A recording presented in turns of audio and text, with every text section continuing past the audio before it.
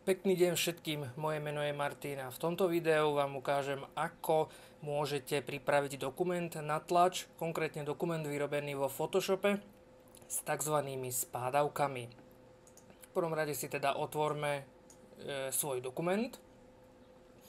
Dajme tomu, toto je vizitka 9x5, ale keďže nechceme, aby nám seklo do písma a podobne, a musíme ten dokument zväčšiť o veľkosť spádavky. Ak vám grafik povedal, že spádavka má byť 3 mm, tak dokument by sa mal z každej strany zväčšiť o 3 mm.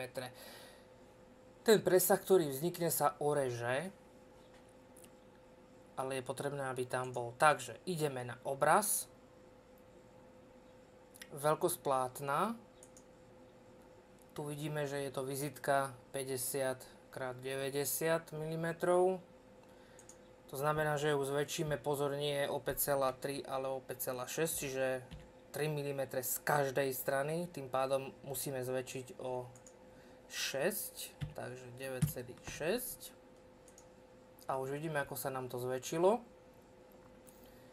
A teraz, a kto tu bude mať biele náhodou, tak potom treba tú vrstvu natiahnuť, tú podkladovú, ktorú tam máte. Treba ju jednoducho natiahnuť, pokiaľ nie je. Nesmie tam byť nič bieleho.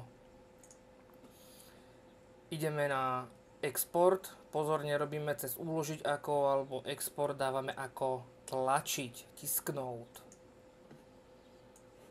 Vyberieme si tlačiareň Adobe PDF, teda nie svoju, ale túto, kvázi virtuálnu Adobe PDF. Kvalitu tlače nastavíme na Press Quality.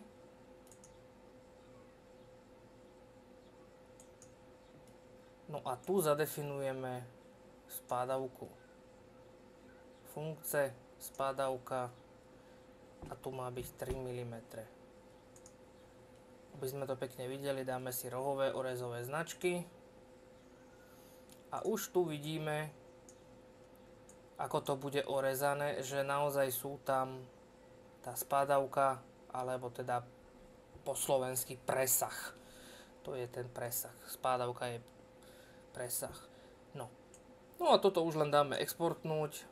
Samozrejme dáme si pozor na to, že či ideme do RGB alebo do cmiku.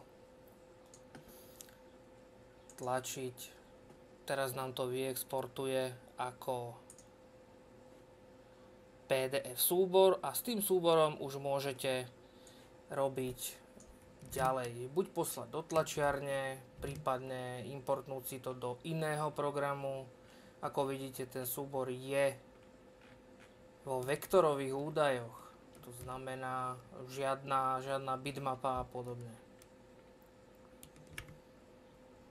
Je to úplne jednoduché. Ďakujem za pozretie tohto videa a pri ďalších návodoch. Ahoj.